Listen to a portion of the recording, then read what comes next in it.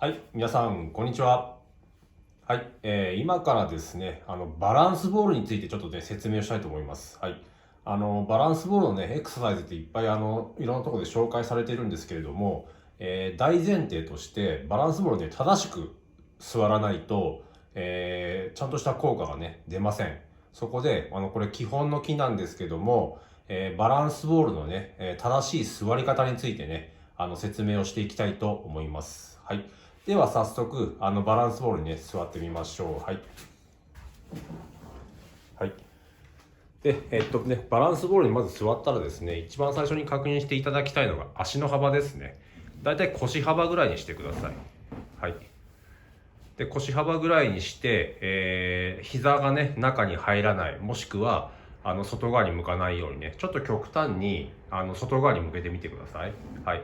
ちょっと横脚気味の方とかね、こんな風になりやすいかと思いますので、ね、ここをちょっと注意してください。はい。で、ちょっと X 脚気味にしましょう。はい。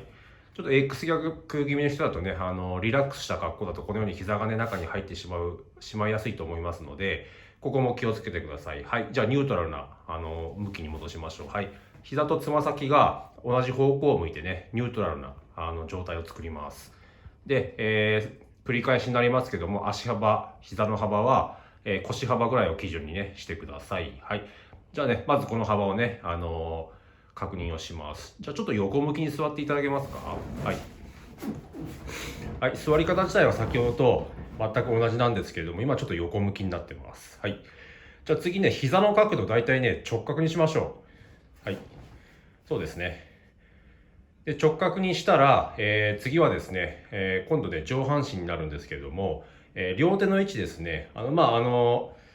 膝の上にね、こう手を置く姿勢ね、楽でいいんですけど、手がね、腕がね、上半身よりも前に来ると肩甲骨がね、前に動きやすくなるので、とりあえず基本としてはですね、両腕を真横に、下にこう垂らすようなイメージ。はい。肘をリラックスして垂らす。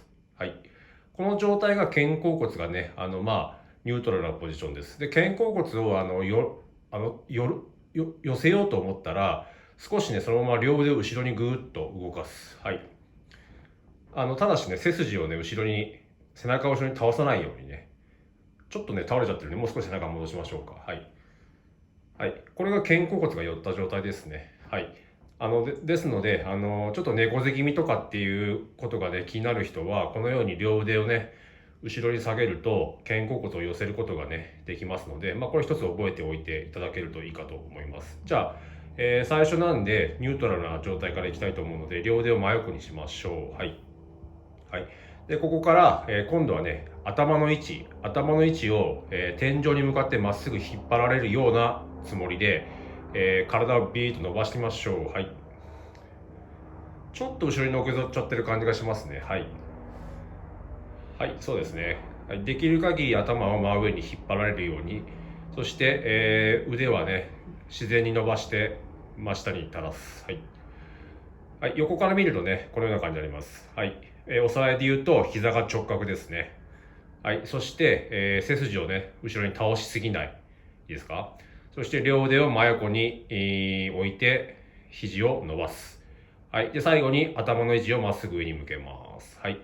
このね、姿勢を、ニュートラルなポジションだと、正しい姿勢だとね、思ってください。はい。じゃあ一度立ち上がりましょう。はい。それではですね、人によってちょっと骨格の違いとかね、あるので、その場合のちょっと対処法を紹介したいと思います。まずですね、ちょっと横脚気味の方ですね。横脚気味の方って、内ももの筋肉がね、弱い場合が多いので、その場合のね、ちょっと対処法をね、ボールを使って説明します。じゃあ、ボールを準備してください。はい。ちょっとバランスボールよりもね、小さいボールなんですけれども、このね、ボールを、直径26センチぐらいかな。はい。このボールをですね、膝に挟みます。はい。座って膝に挟みます。はい。で、若干足の幅をね、狭くする方が、ボールを挟むときに内ももの力がね、しっかり感じられるかと思います。はい。もうちょっと足の幅狭くしてもいいと思います。はい。はい。今はじゃあしっかり内ももに力入っていますので、横脚気味だとね、自分で思っている方は、このようにね、ボールを内側に挟む、膝の内側に挟むようにして、やってみてください。その他の注意事項はもうさっきと全く一緒ですので、ぜひね、有効に使ってみてくださいね。はい。では、もう一度立ってください。はい。じゃあ、ボールを一度置きましょう。はい。じゃあ、続いて、X 脚気味の方ですね。膝が中に入りやすい方。そういう方はですね、ちょっとチューブを利用したいと思います。はい。じゃあ、チューブをね、両足に通して、膝下ぐらいまで上げた状態にしましょう。はい。で、そしたらですね、両足の幅よりも若干膝を外側に動かすようなつもり。はい。こうするとね、股関節の横にね、ちょっと手を当ててもらっていいですか？はい。力が入ってます。ここに力が入ると膝のね、膝が内側に入りにくくなります。ちょっとじゃあ横向きになりましょう。はい。で、もう一度ね、力が入っている場所に手を当ててください。はい。股関節のね、今、お尻の横ですね。ここに力が入ってます。ここに力が入ることで、膝が中に入りにくくなってね、安定したポジションをね、取ることができます。はい。では結構です。はい。立ち上がってください。じゃあちょっと股関節の今のね、筋肉説明したいと思いますので、ちょっとね、イラストをね、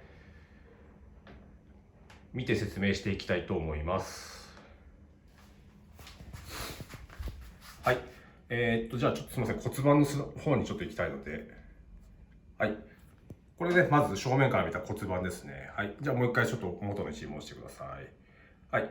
これですね、今、チューブを巻いた状態で力が入ったね、ところ、ね、赤で中殿筋って書いてありますけど、ここの筋肉が弱いと膝がね、中入りやすいので、チューブをね、巻くことで、この中殿筋にね、力が入りやすくなります。はい。なのでね、ぜひチューブね、有効利用してね、いただければと思います。はい。じゃあイラスト置いてください。はい。ではね、いかがでしたでしょうか。バランスボールね、いろんなところで紹介されているんですけれども、やはりね、正しく座るというね、一番基本の部分が抜けてしまうと、効果もね、半減してしまうので、ぜひね、正しい座り方を意識してみてください。はい。では、チャンネル登録もね、お願いいたします。ありがとうございました。